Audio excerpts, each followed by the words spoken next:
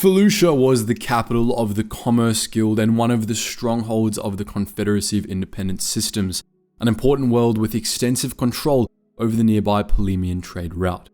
Naturally, it was a frequent battlefield during the Clone Wars, coming under attack from Republic forces no less than 4 separate times. These battles were notorious for their grueling conditions and the high casualties Republic forces routinely endured, inflicted by local pathogens and wildlife as much as by combat with the enemy. But each of the battles of Felucia had a naval theatre, and we'll be covering all of them today.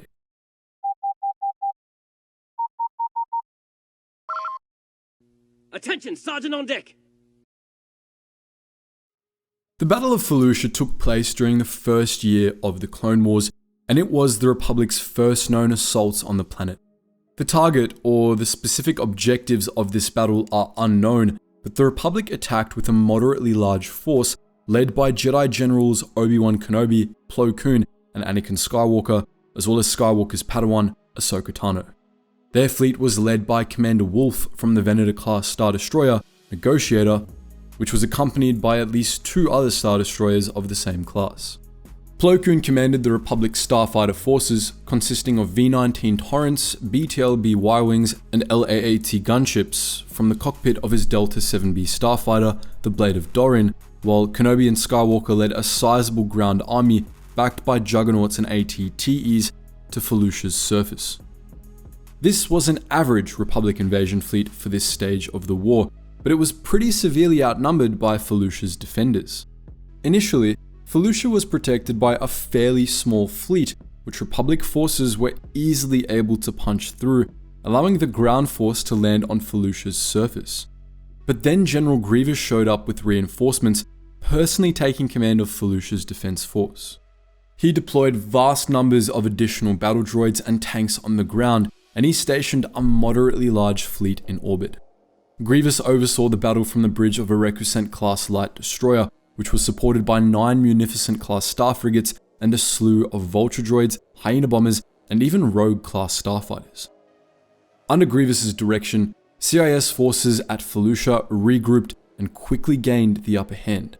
In orbit, Grievous's fleet was able to cut Republic naval forces off from the planet's surface, denying Kenobi and Skywalker air support and turning the tide of the ground battle.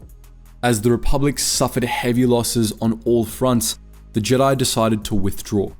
Under the direction of Plo Koon and Commander Wolffe, the remnants of the Republic fleet changed its tactics, focusing on punching a hole in Grievous's blockade so that what remained of the Republic's ground forces could be evacuated.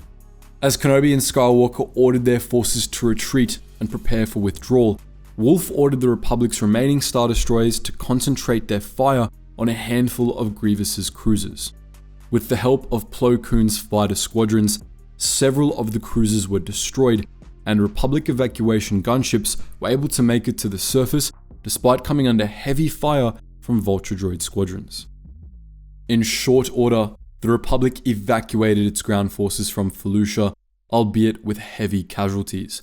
The Juggernauts were too large to be evacuated by the LAAT carriers able to make it through the blockade, and many AT-TEs also had to be abandoned.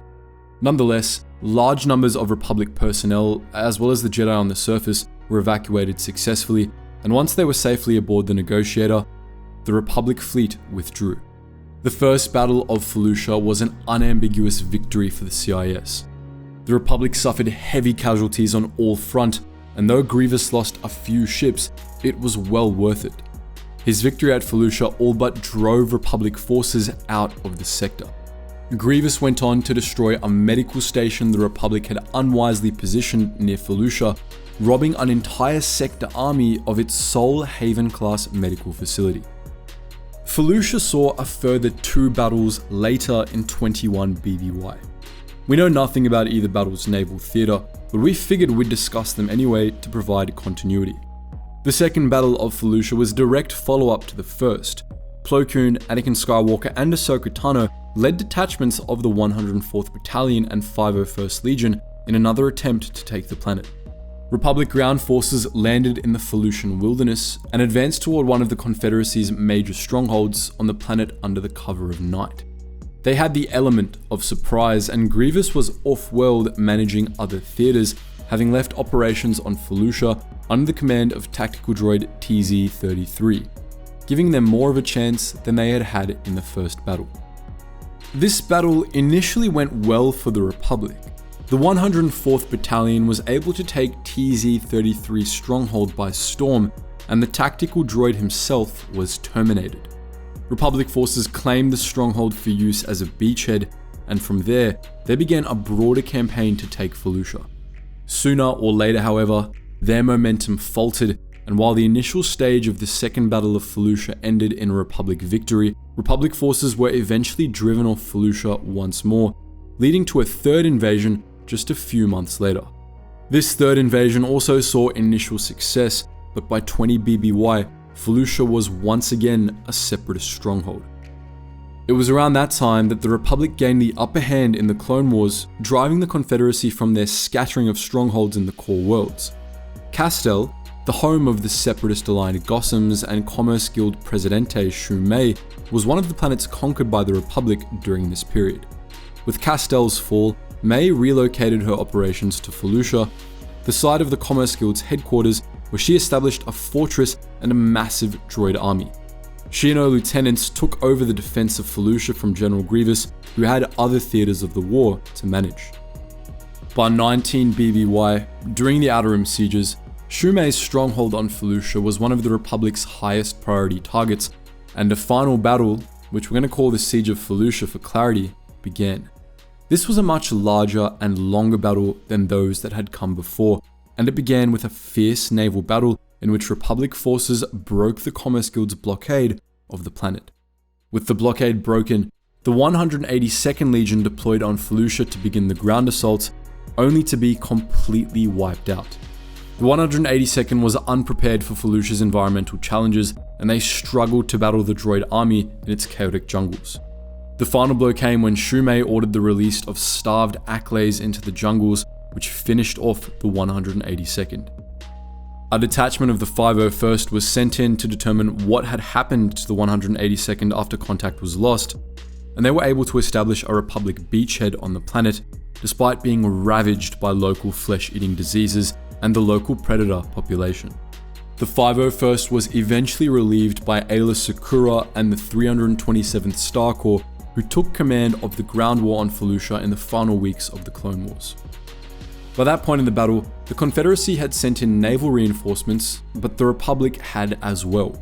In his 19 BBY State of the Republic address, Supreme Chancellor Palpatine labeled Felucia, together with Mygeeto and Seleucami, as part of a triad of evil. 3 separatist strongholds that were the Republic's highest priority targets.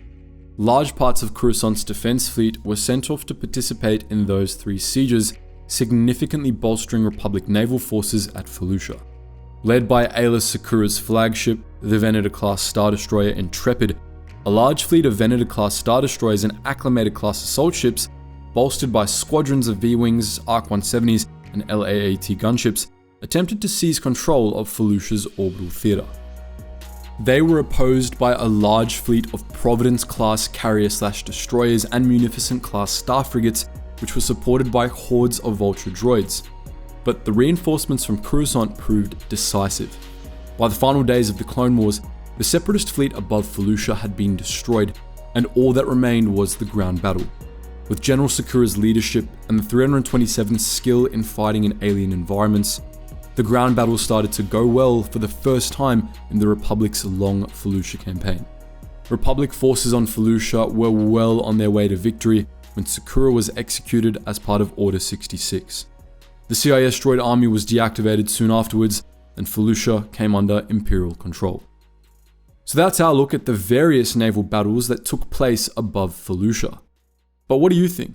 Are there other space battles you'd like to see us discuss?